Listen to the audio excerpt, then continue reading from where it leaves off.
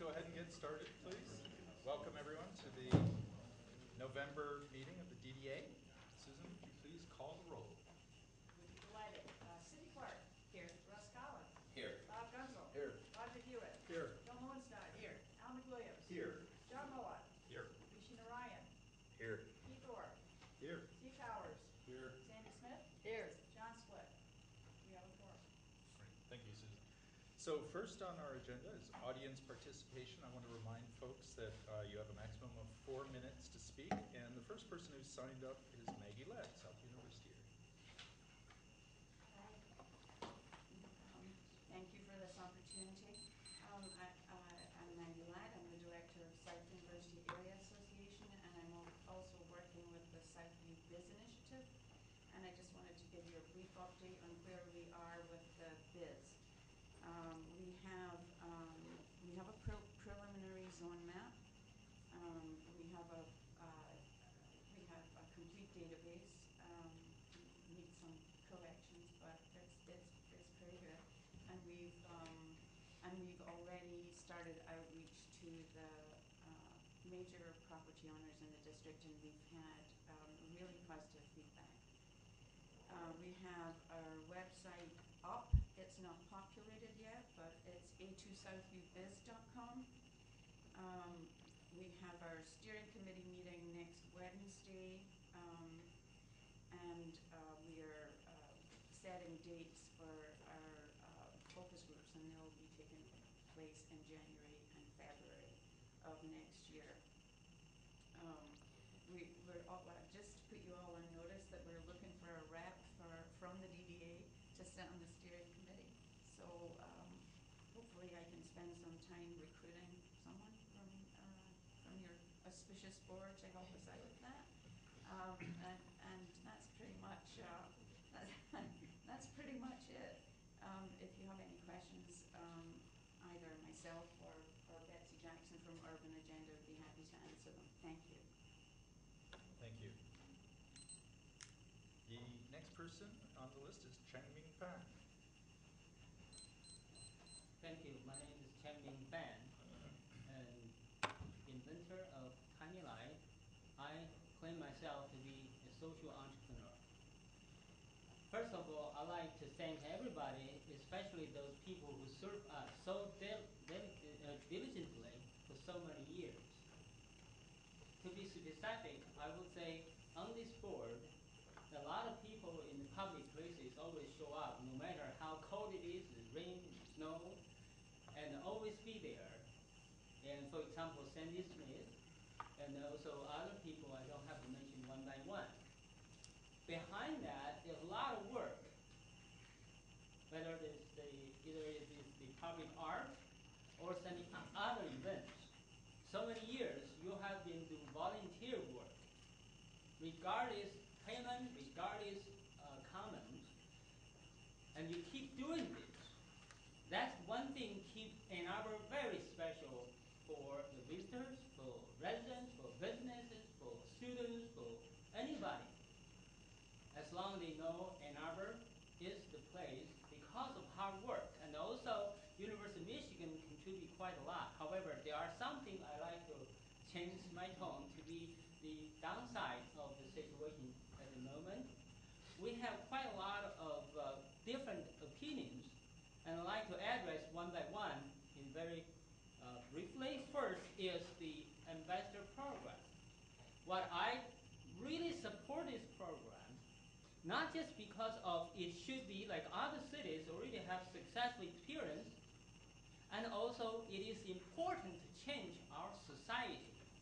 Our society right now is gaps between the haves, have-not, between the educated people, which happen to have a chance to know a lot or know nothing about.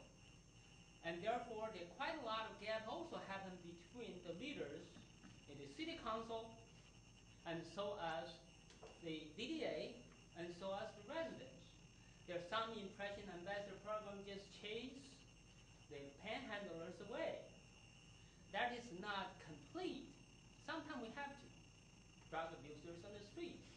We have to do that. But most important, what I support at that council meeting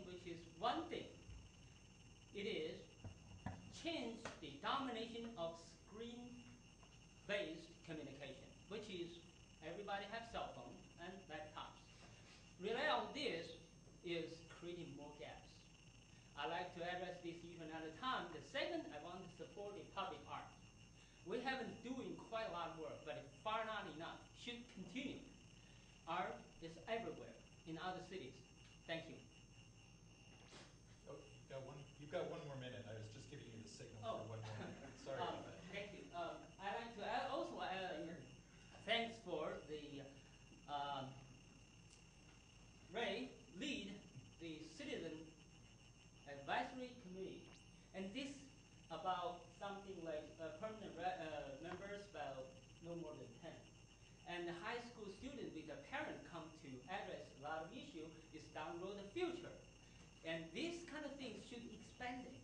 One thing we should expand is local entrepreneurs, local business owners, rather than only the big companies.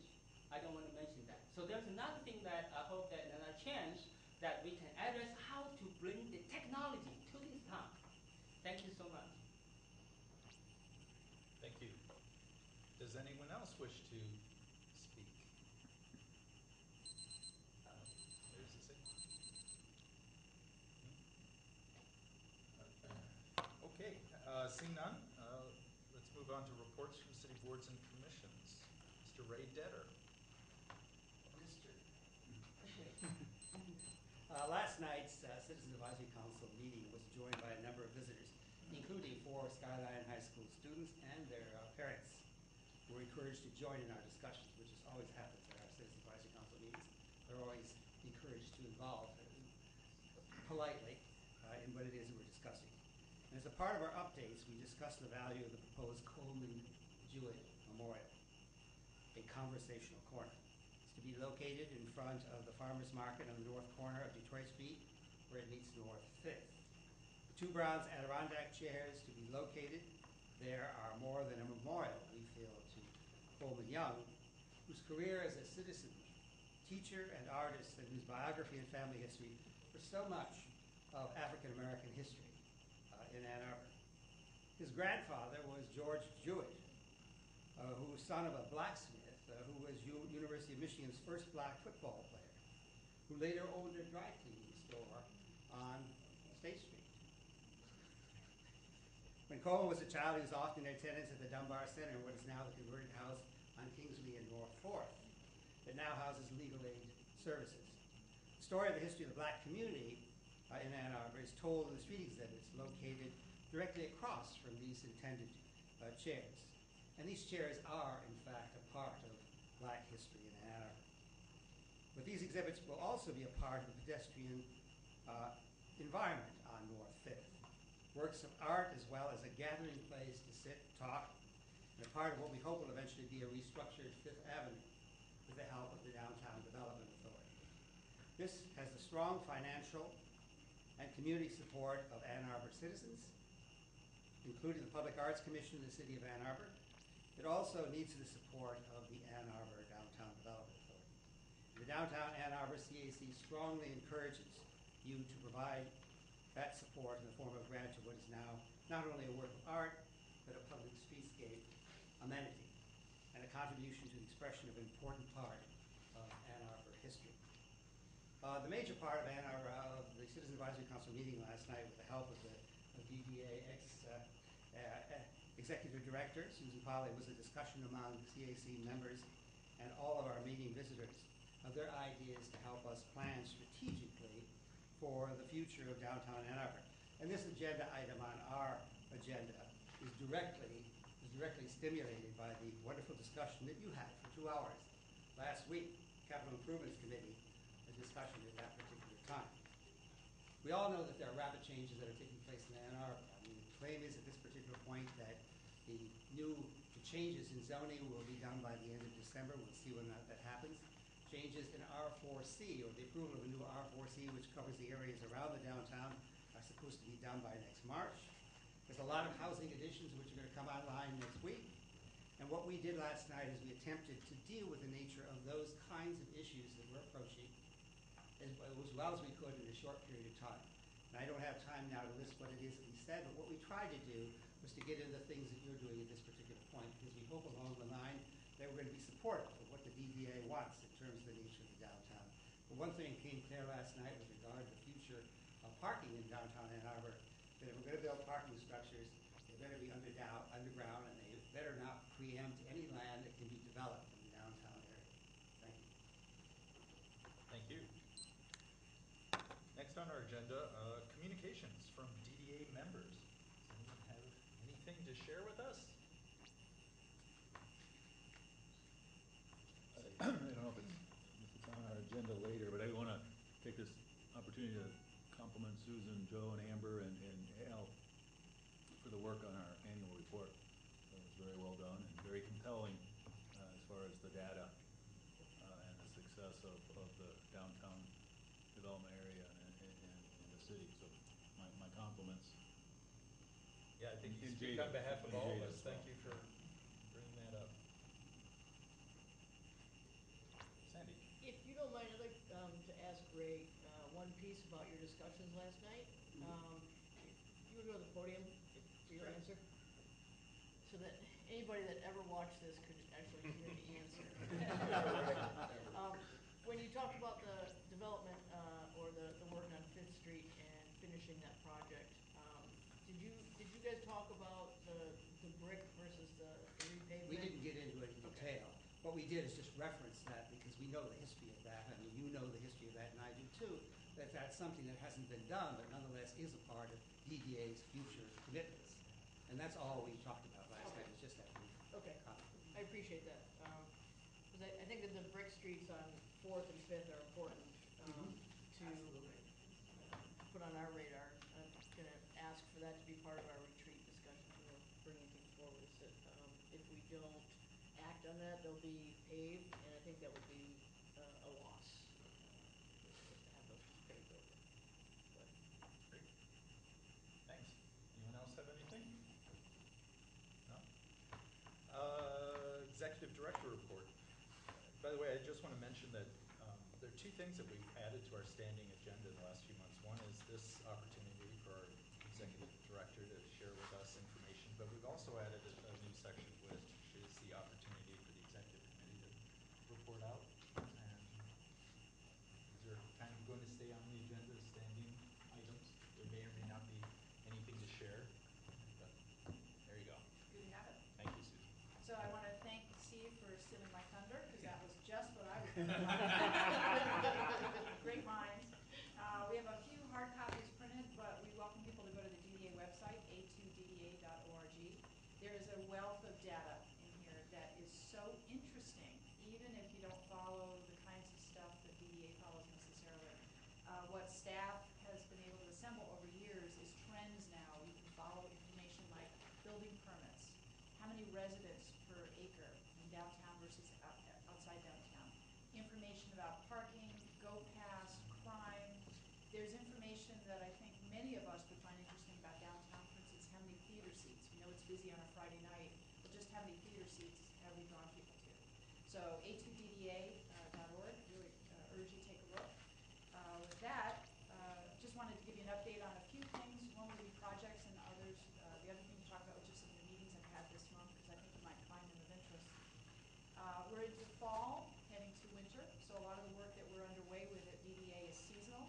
The on-street bike racks have been put away for the winter, and worth noting that a few years ago this was a hugely important new project. There was some trepidation about it. It was an idea we had stolen from another downtown. As these bike racks go to bed, what we hear from a lot of people, in fact some of the comments on that and other projects is in front of you, is wow, we love it, and can't wait for those racks to come back. So it's an example of when we pilot things at DDA and try to remain nimble. Sometimes things are successful and they just get embedded in what we do. Tree planting is underway. You've probably seen many of them going in. This is the perfect time of year. It's nice and cool. And our parking garage repairs that we take on every summer, this commitment we made many years ago to maintain these garages as the assets they are. They're coming to a close. We took out a little bit more than we first planned because weather was permitting, so that'll lessen the amount we have to do next spring. But this year alone, we took on facade repairs at 4th and Washington. We did a lot of concrete repairs at 4th and William and Ann Ashley, and some stair repairs at Maynard. That said, the remaining part of what I want to talk about was just some of the meetings I've been having lately, because it speaks to kind of the diversity of things this DDA gets to wrestle with. The first was to say that I was invited to give a presentation to the Main Street Area Association a few weeks ago to speak about DDA projects. And I heard very helpful feedback about the 4th and William project, about our proposed ambassador project, about our exploration about a retail incubator. It was very helpful because these are the people who live and breathe, down on Main Street all day long, and how they saw things was, I think, helpful to us as we think about our own projects and these specific projects exactly. Another interesting meeting was a meeting with now, I think this is the new name, the Mayor's Roundtable for the Development and Implementation of a Master Plan for the Allen Creek Greenway. Quite a mouthful.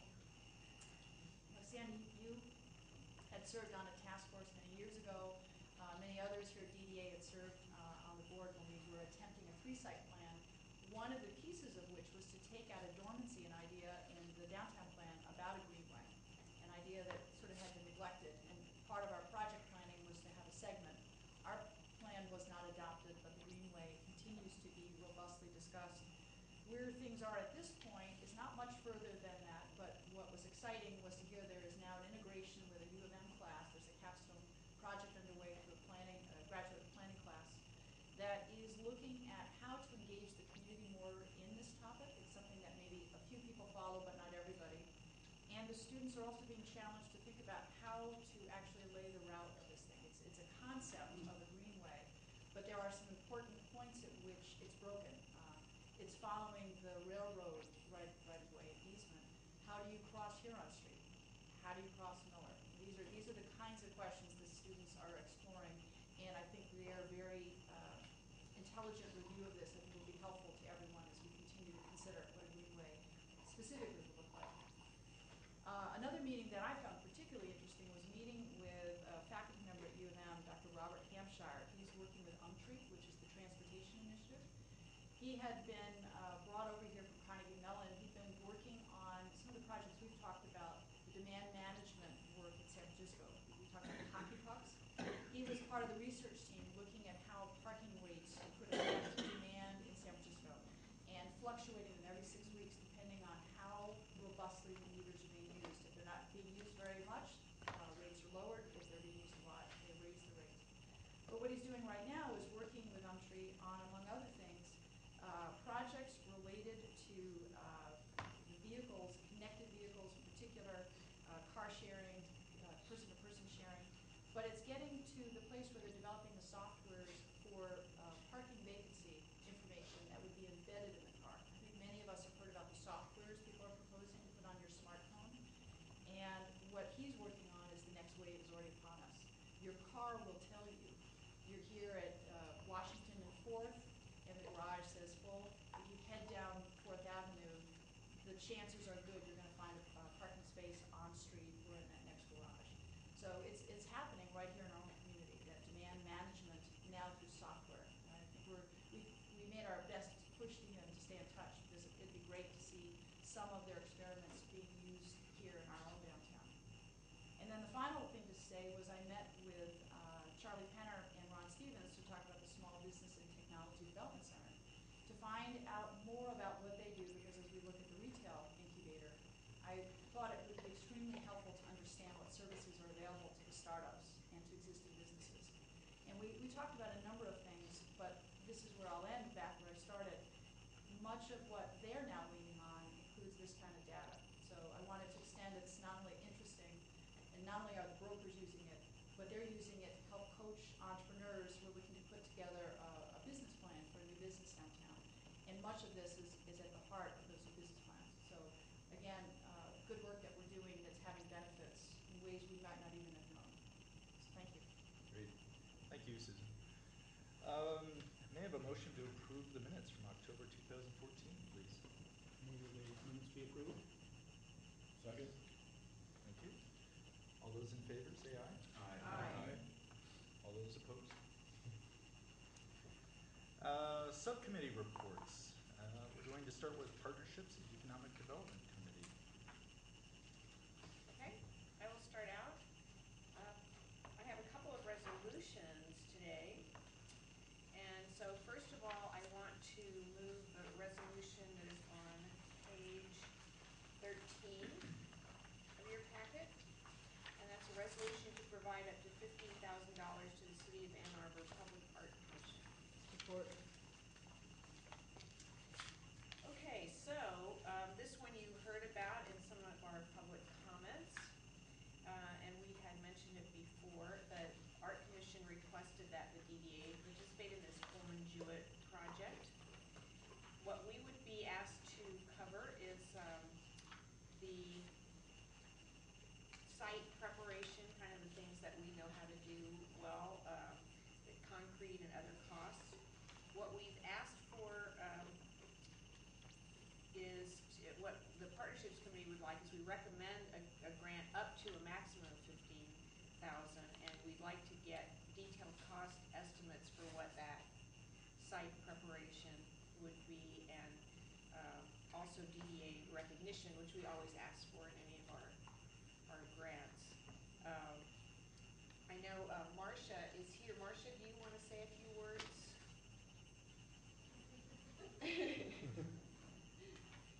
If someone takes the time to come to our meeting, we always like to embarrass them by.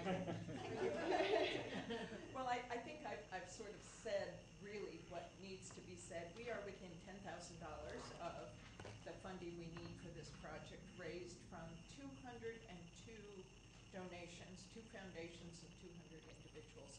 And we're starting the last phase, a very public phase of 200 gifts at $50 to complete the project.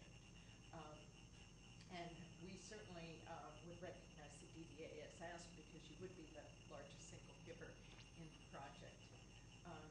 And we have selected an artist for the project, so we're ready to go in every phase of it. But the funding has to be there. So once you do raise the funding, what's the timetable, you think, for installing? Is it a weather dependent kind of thing? Well, weather dependent only in the site preparation and so forth. The artist is ready to go, and so would produce the chairs, I would say, between January and March or April. And then when the site's prepared, we would be ready to install. And, you know, it's been 2 years almost since Coleman Jewett passed, and this project became a kind of discussed element at city council and other places. And so it would be nice to, you know, put it to bed or sit down on it or whatever. But I think the materials I provided are pretty self-explanatory, and everything is in lockstep to be completed. Okay. Are there any questions that people have? All right, thanks. I just would like to comment that I think it was a great package that you put together, so it helped us Thank you. quite thoroughly understand it. Keith? Along with what Ray said, because he also filled out some of the nice historical aspects. And the other thing I really love about this from the DDA perspective is it's not just a memorial, and it's not just a piece of public art, but it's a piece of interactive streetscape, so that it's something that will actually enliven the street, as opposed to just being a memorial stuck in the middle of something. Strongly support it. Anyone else have anything to say? We're ready to act? All those in favor, please say aye. Aye. All those opposed? Thank you very much. Okay, now I have another resolution, and this is another partnership grant that is on page, it's 22 of the packet. And this we've also discussed before. It's a resolution to approve amendments to the DDA partnership grant policies, and we have revised the grant policy slightly to, you know, kind of based on experience, because we've had this in effect, and then we've kind of seen where it needs to be tweaked. And so we've really just changed some of the wording, and you can see that in your resolution, where things have been stricken and where things have been added. So I don't know if anyone has any questions about it. Amber has been working a great deal on it, and so if anybody has any questions, probably Amber is the best person to ask. Would you like to put a motion Oh, I'm forward? sorry, I thought I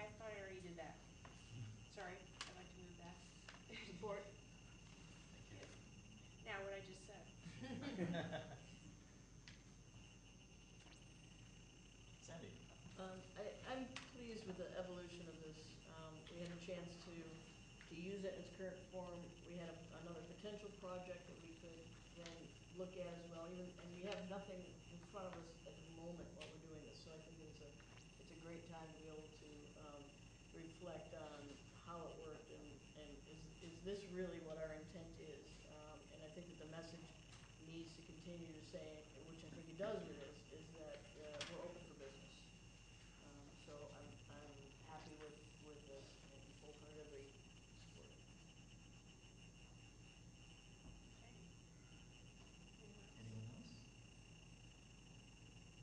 I'm ready to vote. Yes, sir. All those in favor, please say aye. Aye. All those opposed? Thank you. And lastly, we do have actually kind of a grant request that has been pending and going back and forth since September. This is for the 318 West Liberty, Alex DePerry project. And some of you may remember that even though that water main seemed to be sufficient for his project, the condominium project, that the city was asking him to put in a larger one, and he was contesting it, so we kind of delayed our discussion as to what was going to happen there. But we now know that he wants to move forward with the grant request, so we will take this up again at our next meeting, and we'll discuss that some more at partnerships. And I don't, Al, do you have any thing in the marketing or the economic development part?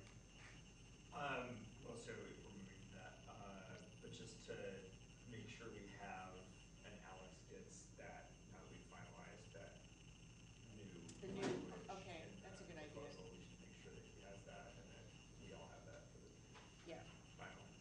yeah. So Art, that partnerships part of the meeting will be next week at 11. Next Wednesday. All right, next on our list, marketing committee. Al?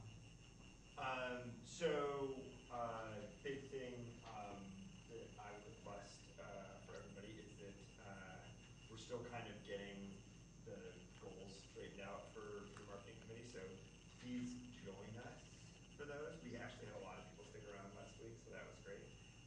It's after the, partnerships meeting. And, going over that, the State of Downtown report,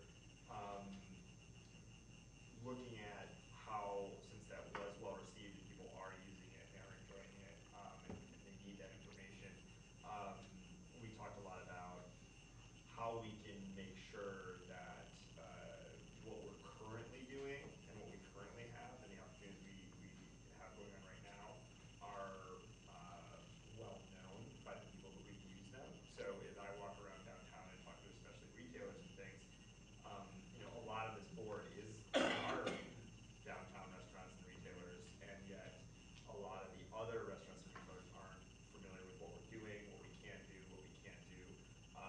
And so we talked a lot about ways to just increase the knowledge of what the DDA does and what we can do for people who need these opportunities and who can use these opportunities. So to that end, we discussed doing something similar to downtown, State of Downtown report on a more quarterly basis, something that could become an official source of information about stuff that's going on in this body and around the city and things like that. So, so I'd encourage feedback, both from the community and from board members who aren't at the marketing meeting on, go through that State of Downtown report. What about that is really useful? What would you like to see more of? So we can start digging into where we should be putting our efforts in data collection and things like that. And our next meeting is November 12th at 12:30, following the partnership meeting. And I'll be there. Very good. Thank you. Next, marketing committee. Oh, no, I'm sorry. Nope. Finance committee. Rishi. Yeah, so I'm just going to switch up my bullet points here, and I'm going to talk about first quarter financial statements because that's really what everyone's here to know about. And then we'll go into that. So if you want to flip to the back of your packet, starting on page 29, we've really tried to, one thing we talked about, we've been talking about the finance committee, is making it more understandable, making it simpler, so it's not just a packet of a bunch of pages that no one knows what those numbers mean, and we actually kind of can digest this information and make decisions from it. I know incoming into the DDA financial world, for me, that was a big thing that, what did it all mean? So we have compressed what used to show up in your report into fewer pages, essentially just the back 3 or 4 pages of your packet. And I'll call your attention, so starting on page 29 and 30, the first 2 pages of the financial part of the report, this is just the financial report end of the year projection summary. So we're in the first quarter, so obviously it's hard to really say where we're going to come out. First quarter things look good. Joe has told us, and we know historically that first quarter is one of our best quarters. It is our best quarter. So if you look at the first 2 columns, you'll see that we're doing really well. And the second 2 columns, estimated at year-end, budget year-end, will show you a picture of where we think we're going to be at the end of the year. Obviously, once again, stating that we're in the first quarter here. The projections are split up into 2 pages, and that's because from an audit standpoint, we have 2 funds. From a DDA standpoint, we have 4 funds, but from an audit standpoint, we have 2 funds. So we've grouped that together so everyone kind of gets that as a picture. So TIF and housing go together, and parking maintenance go together. The housing fund is like a part of the overall TIF fund, and the parking maintenance fund is a overall fund of the parking fund. Essentially, we transfer money out of those main funds into the other, call them sub-funds, if you will. So we've kind of grouped them this way just to kind of give a better picture of where our money is and where it needs to go, and where it can go. So going down through looking at these 2 pages, you'll see that it looks like, for example, housing is way over budget, but that's based upon a lot of times on transfers of when things go out and when things come through. So if you have any specific questions on those items, then you can talk to Roger, Joe, or I, or come to a finance meeting, which are very, very exciting. So I would recommend the latter.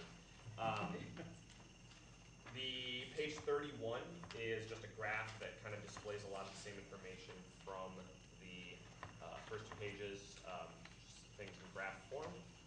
I won't spend too much time. But I will focus on page 32 and 33, which I kind of like to look at together, which is kind of hard. So, you kind of got to look at it like this, so to speak. This is a new report, and this, we, in Finance Committee, we've developed this report as a way to really understand what it is that we're working with. Because when you look at the budget and you look at the revenue that's coming in, you see $19 million, you see $20 million.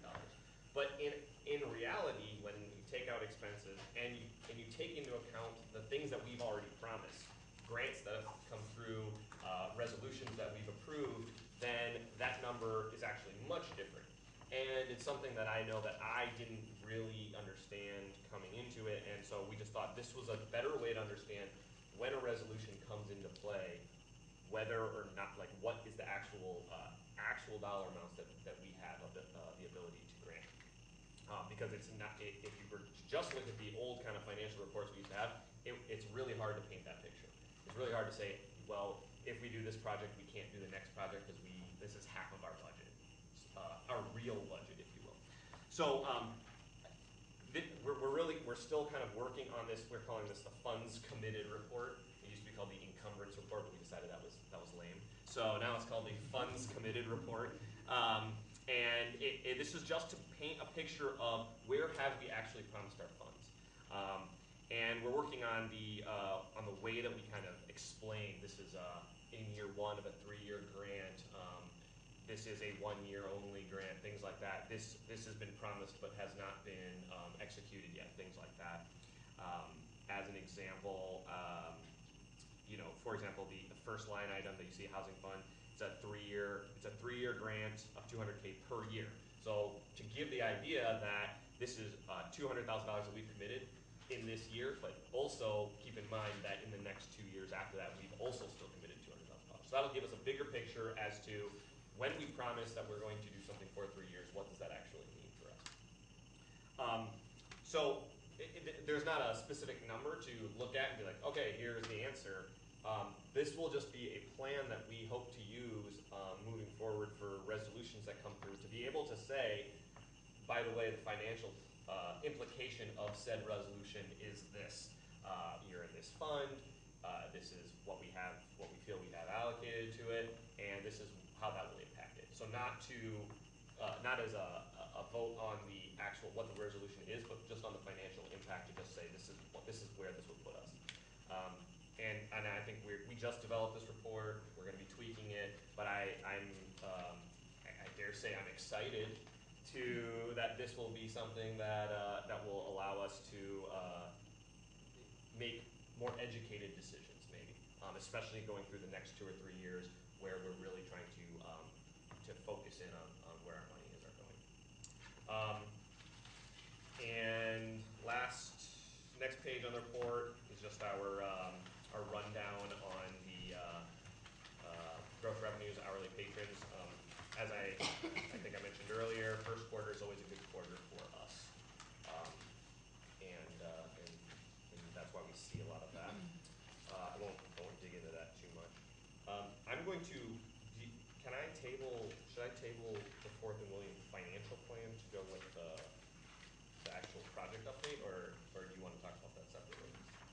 You talk about that. Yeah, I think it just makes more sense to, there's no point in talking about it. So we'll talk about the financial picture when we talk about that. So any questions on the financial, first quarter financial part of my report?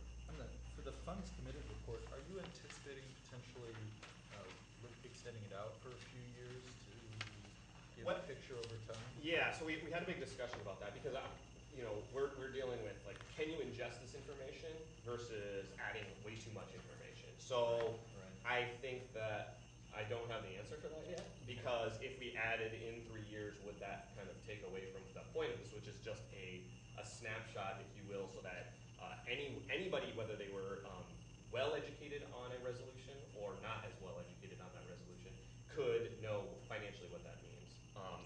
So short answer is no. Long answer is possibly as we go through this and actually use this.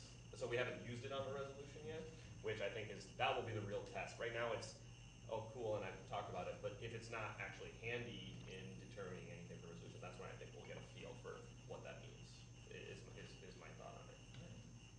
Rishi, I just want to understand on that first page of the funds committed report. Yes. Is the very bottom line, is that the total, or is that, I know you have it kind of divided into little chunks according to categories in Yes. the TIP fund. Yes, so this is a little bit of a work in progress. We've kind of split out this fund, this committed and available. So it is, and Joe, correct me if I'm wrong. So you're talking about the funds available line? Yeah. Okay, so that theoretically, that is what's available based off of what comes from our budget, from the funds budget, which comes from our budget. So theoretically, that is what's available. So if it goes negative, that is theoretically, we don't have that money to spend. Now we know that this is committed, meaning it doesn't necessarily happen, and we've obviously taken that into account. So first quarter, this is going to paint a lot different picture than maybe third quarter, fourth quarter. But in theory, yeah, that's the idea behind this, is to actually say, like, if this resolution is happening in, let's say, parking, and there's some kind of question on whether we, from a fund perspective, whether housing and TIF are separate or together, and this is a kind of new thing that we're trying to, like, wrap our heads short answer to your question, yeah, ideally, that's what we're trying to get to. Where you could look and say like, this is what we have This is available. what we have available, right? And this is what's being asked. Yeah. It won't be as cut black and white as that, because we have like, you know, different things that are gonna drop at different times, but I'm trying to get to something that's closer to that, using data to make that decision. Sorry if that's confusing, or if I explained it poorly.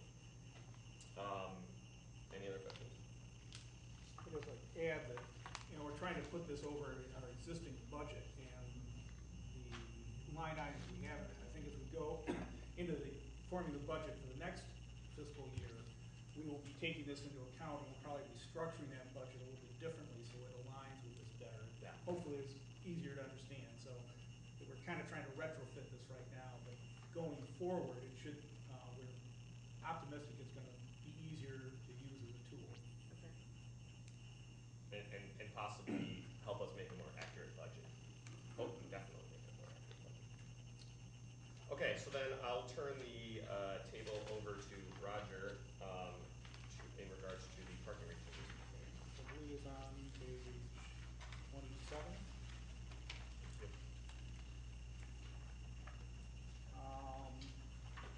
As we have talked about for several meetings, that we have a proposed rate increase starting on January 1st of 2015. Under the parking agreement, we have gone through a public process to get public input on that rate increase. We've informed City Council of that, and this is a resolution to put that in place. So I'd like to move the resolution for the committee. Support.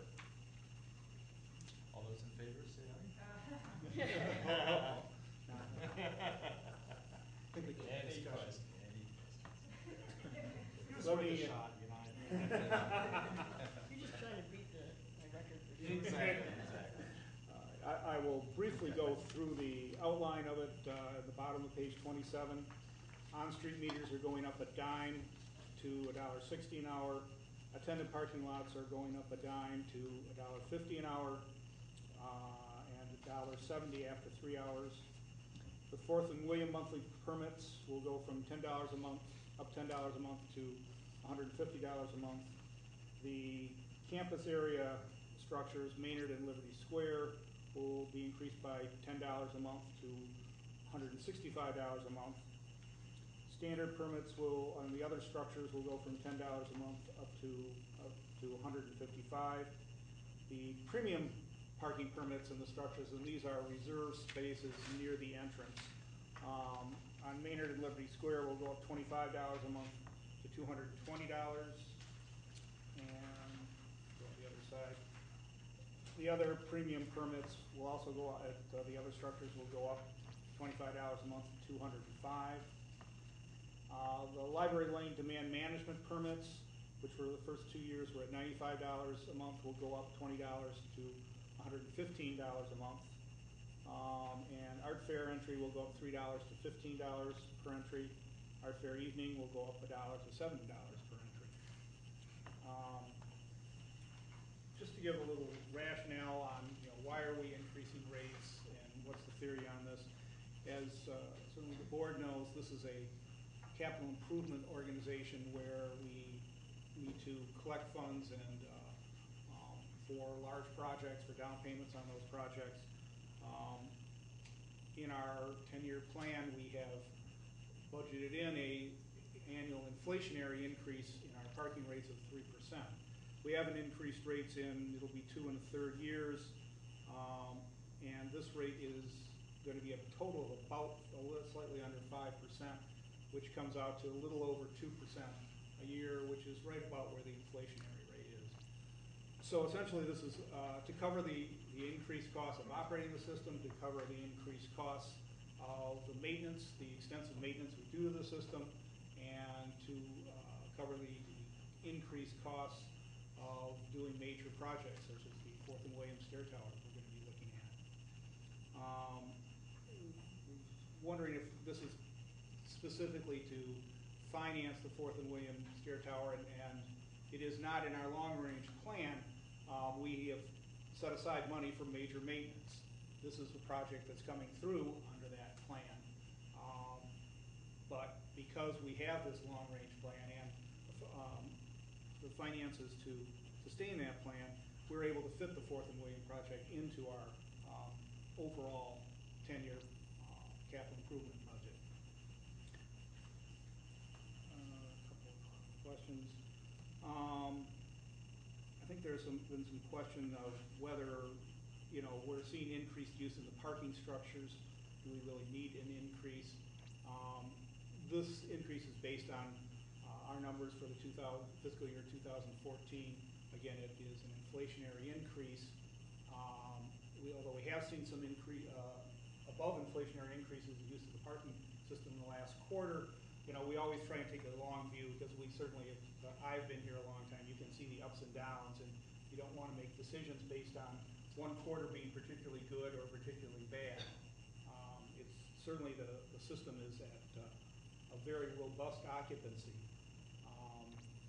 and which is very encouraging for everyone in downtown. But there's no way of predicting how that's going to play out over the next 10 years. So I think it is critical that we make our incremental inflationary increases so that the fund stays healthy regardless of whether there are swings upwards or downwards in the occupancy. There's also, I think, were some questions about how our demand management system is working, and Stephen Smith of Republic Parking has created a very complex report of basically stating what our occupancy levels are. And what is encouraging to me is we're starting to see an evening out of the usage of the garages and the parking structures. There are certainly some that are used more than others, but they all have a very high level of occupancy, which is very encouraging. So in the larger sense, our demand management system is indeed working. That 5 years ago, we would see the campus area structures have far and away the highest occupancy. Now we're seeing that spread much more throughout the system. So empirically, that's telling that the rate differentials that we put in are starting to have some effect, along with the overall increased usage in the parking system. And I would like to point out on what is not included in that rate increase is an increase in the hourly parking rate for people parking in the parking structures. Those are, in our view, probably the least desirable parking because it's in a structure and it's not reserved at all. They aren't guaranteed a spot. So we're trying to make the differential between those parkers and the rest of the system greater by not increasing that during this rate increase. And I think that's my spiel. Be glad to answer any questions. Will the demand management report, is that going to be an ongoing report, analysis that the finance committee receives, or quarterly? We haven't talked to, looking at what's in this report, I would say probably an annual report would be appropriate, and we can certainly get that. But it essentially shows what percentage of the time each structure is at 85%, 90%, 100%. I think that's appropriate to look at that on an annual basis. One thing I would say is that we are getting more interested in this data, not just from a financial perspective, but from a marketing perspective. Al has that. So I think overall, point is taken where we need to look at these. If this is what we do, we need to look at these numbers more often, for sure. So I think that not just from a financial perspective, but from like what other information can we get from this kind of report. So I think it's a good point. And I would emphasize too that we look at these occupancy reports. This is over basically from 10 in the morning till midnight, 6 days a week. And what we are finding is our nighttime usage is as robust as our daytime usage.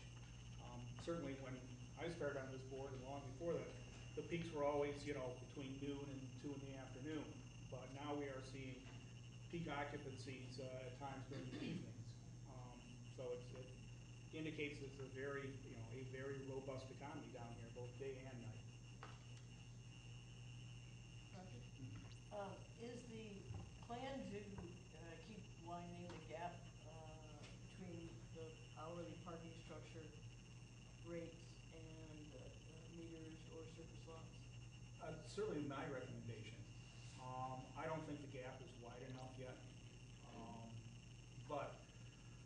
You know, we want to, if you've got a level established, we want to be careful about raising rates too much at one time. I mean, we could certainly widen the gap by increasing rates more, but, we're trying to balance that with making the demand management work better with not shocking people by, big rate increases. So it's a balancing act, but certainly that's the direction I think we should be continuing to head. And was there any discussion about lowering a parking structure hourly? I'm sorry, Joe, but I think we talked about it a little bit, as I recall, but with the level of occupancy that we're having in the system, we're not in a situation where we're concerned about attracting people. It's managing the number of people the number of cars that are coming in. sure. But I guess if it's truly meant to be a carrot, right, to get people to park one way versus another way, I'm not sure that in general 30 or 40 cents an hour is if somebody's coming down for dinner, that's not, the difference isn't even a fraction of a tip. I'm not sure it makes, the gap is there enough. So I guess my only thing would be to continue to widen that gap. Yeah, and that's certainly our intention. We are at a point where the usage level is such that, and Joe, correct me if I'm wrong, but I believe we're probably seeing more hourly occupancy, as much hourly occupancy in the structures now as we are on the on-street meters. So it's not a question of getting people off the street and into the structure, it's a question of can people find a spot, regardless of where it is. Balancing those two. Okay. I just, along with the data and stuff, so I can, for me, parking rate increases are adjusting a variable of a very complex, where our goals are situated in that. I mean, our goals are always more economic development downtown, more businesses downtown, better retail establishments doing better downtown. And I feel, adjusting rate increases aside, I can totally just rely on our awesome finance committee to tell me whether we need the money or not, or what the money's gonna go for. Like, I don't, that part of it, thank you guys for doing so that I don't have to. But the part of it as far as like how this contributes to our other broader long-term goals, I do very much feel like we're adjusting a knob on a very large board of variables, which is fine. I wanna make sure that when we adjust that variable, that we pay very close attention to the effects of it. So, worst case scenario, we learn something about how adjusting our rates affects various things. And it would be nice to have more than anecdotal information when that comes up. So, the specific concerns I have are monthly permits for smaller size companies that want their employees to work downtown. We have a lot of other opportunities for them, Go Fast program and public transportation and bike houses and all these things, other things we're doing that obviously for my company, that's what I encourage people to do. But there's, again, a million variables. It's like, how fast do we push people in that direction or don't push them in that direction? Is it a force thing or is it a carrot thing or a stick thing? There's so many, so I'm cool with this provided that we work in January when these things go through some kind of actual collection as opposed to, oh, I heard so-and-so moved their office out of downtown because the parking line item was too big on their budget.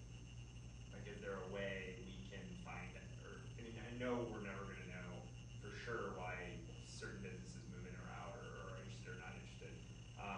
But I would like to have at least a scheduled discussion of those things so that we are keeping track and making sure that this one variable that we have a very specific control over can be used to our final goals. So one thing that works in our favor is we're not actually changing hourly parking structure, which is a majority of our system. So it actually makes what you're saying a little bit more manageable, which is a lot of it's monthly permit, and that's, we have that on that. So I think that the onus is on the finance committee and whoever else wants to be part of the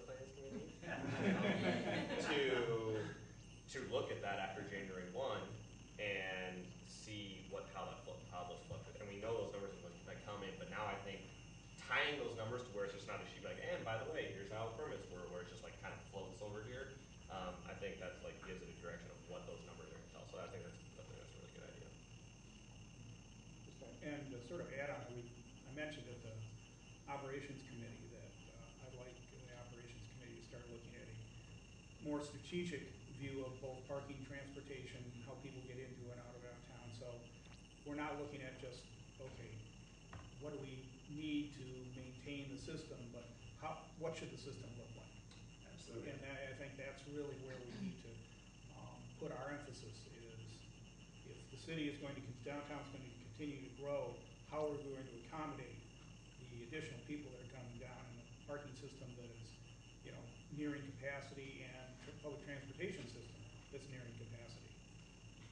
Yeah, so we'll be spending a good amount of time on that going forward. And I think if we have, maybe it's scheduled discussions on how these rates, hey, every other month we need to look at this stuff and at least go over what's happened and what's happening and what we've heard so that we can talk about it. I think out of those discussions will come, and this will direct where some of that parking revenue goes based on other solutions to get people in and out of downtown that don't involve driving a car down by yourself, especially for work. And I was gonna say, for me, that's more of an operations committee discussion in general than a finance committee discussion. It's the finance committee's responsibility to let the operations committee know that the parking operations needs more revenue, but I think how we do that in terms of demand management is more of an operations discussion. I think along those lines, I'd say that tie between operations, marketing, even partnerships, and the models, financial models moving forward, we should think in terms of the schedule for those tools coming along in a yearly cycle. When you mentioned earlier, for instance, looking at reports on a yearly basis, what time of year during the year and what information does it give us to integrate with the activities of other folks, operations, marketing in particular, maybe. Any other thoughts on this matter? I just want to kind of point out, maybe for the three people who are watching at home, or are 2.5. people who haven't been kind of paying attention all along, is that we did, of course, our last meeting, we had some public comment on the increase in parking rates, and we had a great deal more input from emails that we solicited and got a lot of information that way. And I want to commend our committee for really trying to respond as best as possible. It's very difficult to respond when it looked to me like about 50% of the people said, no, you ought to charge more, and about 50% said, oh, you ought to charge less. And many people say what we've been discussing for years, which is we ought to charge for after 6 o'clock on the street, and all those kinds of factors, and everybody has a different opinion about kind of how they'd like to see parking go. But I think we've really responded pretty well to that in keeping the rate increases to a minimum and to only really what we need to maintain the system, and to work very efficiently with this demand management that Roger has described. So all of that went into it. It wasn't just a fiat of, let's just raise rates. I think your point's well taken, because it all depends on the lens you look at these things through, and even represented on the board in the different interests. Somebody in marketing looks at it maybe a little differently than finance, and that reflects the community at large, I think, of what lens individual people look at these things through. I want to give it plenty of time before Keith.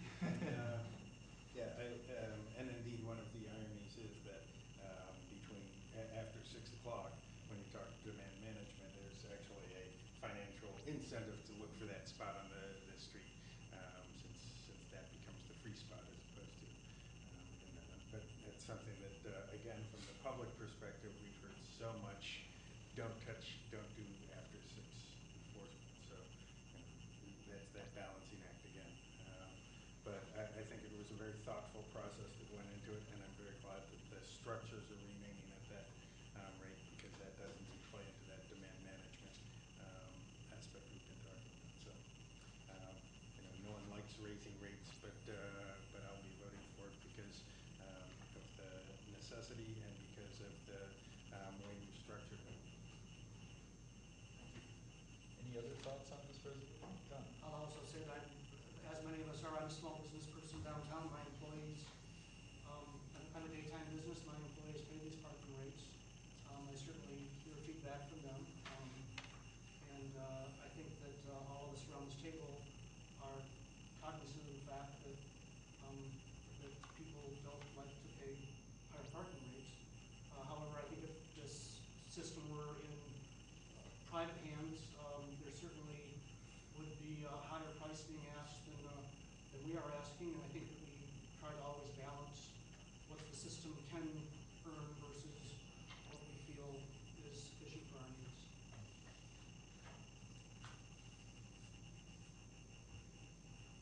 Any other comments, folks? Seeing none, are we ready to call this matter? All those in favor, please say aye. Aye. All those opposed? Seeing none, the motion passes.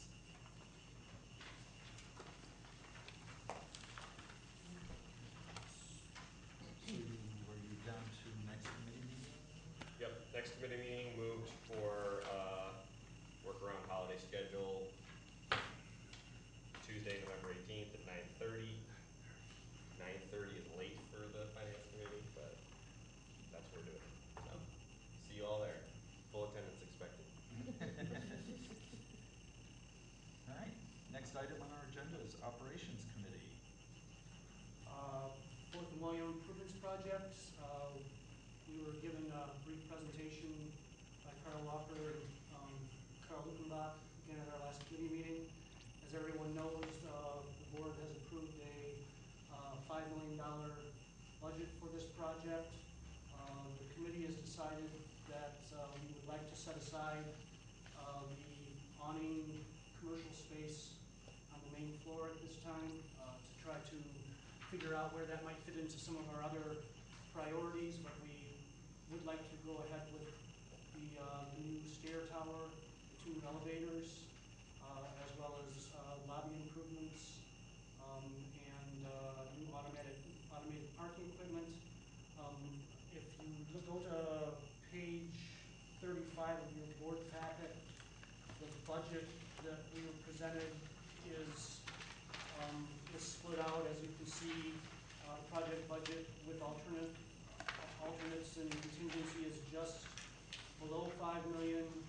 However, we have had some of these things broken out as alternates, and I think that as time goes by and as the project develops, we will be deciding whether we want to go forward with some of these alternates.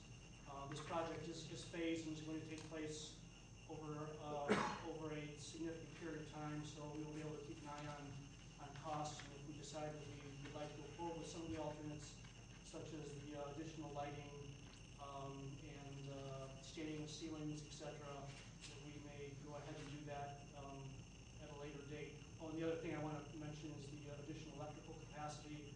The committee is definitely interested in going forward with that. Whether or not we go forward with all of the charging stations, electric cars charging stations immediately or not, we also have the option of breaking some of those out or adding some more as the project goes forward. So I guess does anybody have questions for me about where we are with it right now? And is everybody comfortable with going forward at this point? Any concerns about going forward? We have construction drawings being worked on at this point, and we hope to get started on the project early next calendar year. That is the plan at this point. We may have covered this at earlier meetings, I apologize. Are we looking at doing anything about the space that's currently being leased to Greyhound? Is that going to be improved at all? I think Greyhound is happy in that space. I've heard concerns about signage, but I think that that's Greyhound's responsibility and decision what they're going to do with signage on their space. I do often, in my walks through downtown, get asked where the Greyhound station is.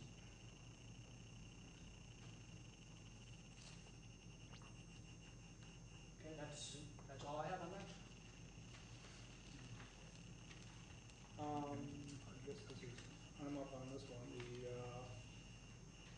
Washtenaw County currently has 2 agreements with us, I guess that have expired, and they would like to combine those 2 agreements into one parking agreement going forward.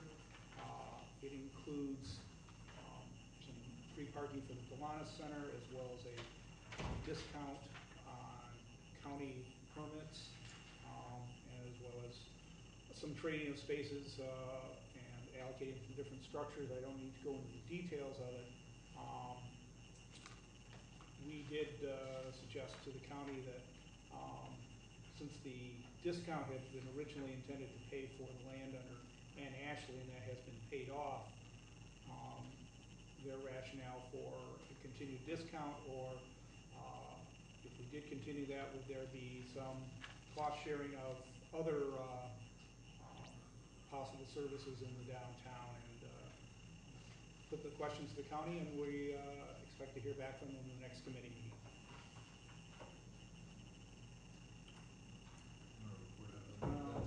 Yeah, I will be glad to. We had a pretty lengthy discussion about the ambassador program, and I thought at the operations committee, a very thoughtful discussion, both pro and con. We were fortunate to have council member Sabre Briere there, who gave us a council perspective on the program. Personal. Excuse me, a personal perspective on the program. I can't speak for the council. Pardon me. Anyway, her personal perspective and wisdom of her years on council. One of the things that we talked about was, how you measure success of this program. We are going to get some information on the metrics that the 2 bidders on the program would supply. We are also going to be getting information from the police department on number of calls in the DDA area, so we can do some baseline comparisons with what might happen after a program. But there was quite a discussion about it's hard to measure metrics and success in something that's a quality of life service. And I think we want to look at our next meeting, looking at what metrics and what measurements there are and how effective those might be, and then probably decide whether to bring the resolution to the board or not. But I was actually quite pleased with the discussion. It was a very, people have been giving a lot of thought to this and the impacts, again, on both pro and con. So. All right. Street framework plan, I guess this is mine. In the last couple of weeks, we've had a couple of very good meetings of advisory committee members. One meeting was regarding stewardship of the plan, and it's really the big picture look at how effectively the product is developing that will communicate things for everyone, and really looking at the bigger picture. The other meeting was primarily with city staff to look at the nitty-gritty technical issues, which I think was very productive. From my perspective, this continues to be a great success of meeting our staff with city staff to really look at how projects are developed and how we move forward. So there's a nice integration with, as we look at projects in this next couple of months moving forward, it helps inform us. And I'm expecting that we'll start looking at having that tool available. Amber, are we shooting for mid-January to have something available? Thank you. So by mid-January, hopefully we'll have maybe a draft or a preliminary version at least of this to use as a tool as we do our evaluation at our retreat, potential projects. Amber, is there anything else I should add about when is the next meeting of that group? The next meeting is, I believe, the second Tuesday of December, the advisory committee. And the only other thing I think that I would add is that the core staff group met this week, or this month as well. And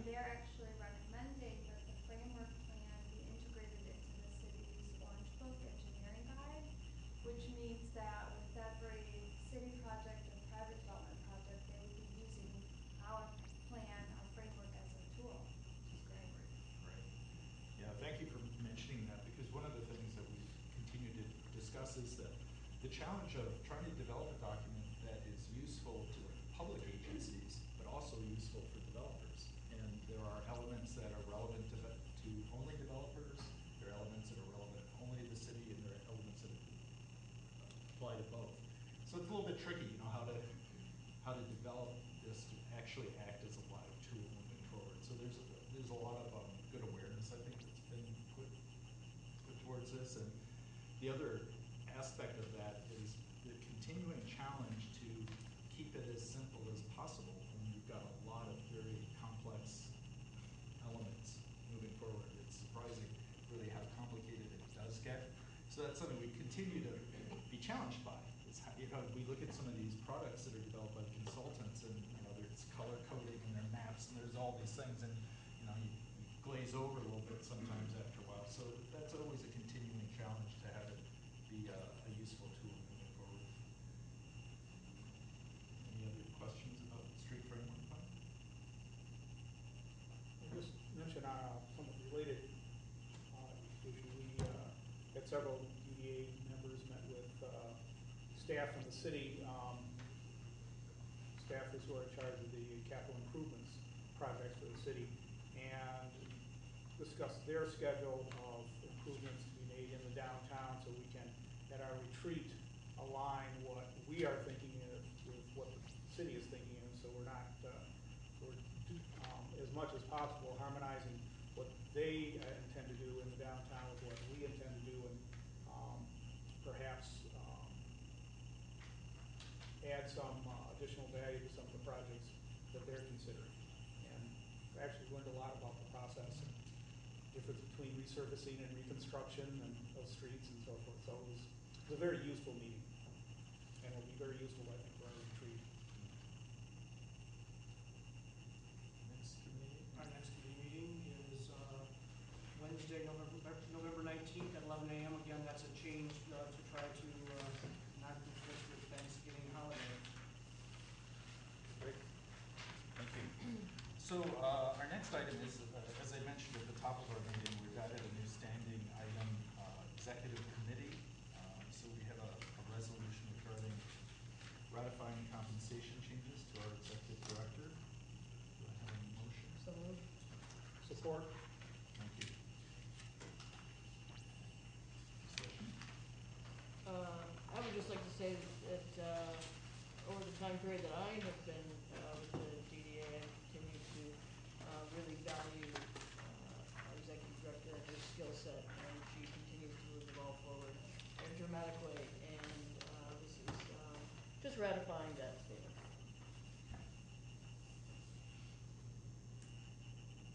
Any other thoughts? Comment? Seeing none, all those in favor, please say aye. Aye. All those opposed? Thank you very much. Item number 8, new business. I know that we don't have anything shown for new business. Anything bring forward at this point? No? Next item, other audience participation. Do we have anyone else in the audience who wishes to speak? Thank you, John. I'd like to take the next 3 minutes or 4 to address give two proposals of how we can continue this momentum to build Ann Arbor, especially downtown, in the 21st best in this whole country, maybe in the whole world. And one thing is that take advantage in 2005, this city started using LED put on the street light. And also the light of art of life is the direction. It is the way we can, based on the heritage, we opened it since 2005 to another layer, another dimension. The light of art of life, the first project I proposed is called Citizen John J. Headcast. The size may be about this big, 5 times bigger. And I already talked to him. There is no copyrighted of his figure and maybe copyleft. But there is a problem of political discussion. But I believe as the citizen, serve us for the last 14 years deserve some public understanding, recognition, especially the visitors, the children, the later generation know there is a leader during that time lead us. And also in the form of art. And there's will be different colors, 8 colors, and then the L and Rishi, which is technically open-minded, are the champion, maybe can continue more detail, but it's going to use the solar, wind power, and link with the web, which is everybody have cell phone, you can change the color accordingly. The color when you have double meanings, make sure that, and also L may be the data. Can somebody count the time for me? I don't want to talk more than 2 minutes. Thank you. So this is going to be light of art, art of light, and symbolize Ann Arbor have talented people, and also ignore political differences, but we have something on the street. And also, I really take this opportunity to thank for the Art Commission, Marsha and Bob Miller. They have been doing fantastic work. The problem is that we have to move higher level, higher layer. The data, according to the people input, will represent the people's mood. So therefore, it's web-based and it's data-driven and using cloud funding. So funding, I don't think that the material, because you're using LEDs, not brown, not stone, will be much, much cheaper. And also we can program it in a way which is much more efficient, can last 30 years.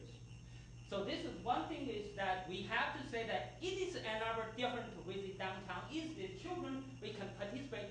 The second proposal, which is the street framework, Amber and John Monk have great leader in this Smith group, JJR, fantastic work. But what if we can add this technology to this project, especially including University of Michigan new professor, which may be stolen from University of Minnesota. There's one of the program is called artery optimization using highway traffic. We should bring these things into Ann Arbor downtown to reduce the traffic and also program it. So therefore, it is Ambassador Light, which is we will contribute it at, will be coming. But I like to invite John, Rich, Al, and also other people who related that we can talk to the University of Michigan, like the new technology contributed to downtown DDA and also to the people. One last thing is I want to thank you all. Thank you. Thank you. Since we have a couple minutes here, I just wanted to acknowledge that we've got a couple guests associated with Skyline here, and I was hoping you would come up to the podium and tell us why you're here.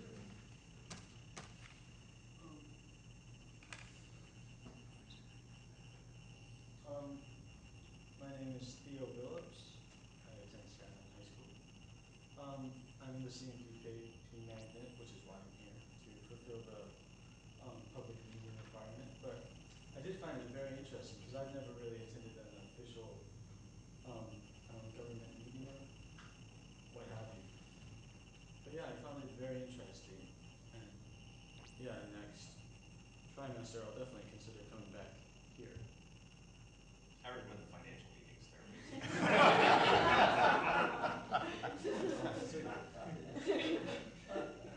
Actually, it's a good point because actually the committee meetings. I actually don't. I'm not no. But those committee meetings are really important and a different vehicle for talking about these things. Stimulating. Yeah. So I applaud you. Yeah, it's great that you came. Great. I'd like to point out, by the way, that he came up at the beginning and needed to have a sign off for that he had been here, and I was willing to sign it, but I told him you got to stay to the end. So I want to applaud you for making it all the way through. My pleasure. Thank you. Thanks. Do we have anyone else in the audience who would like to speak?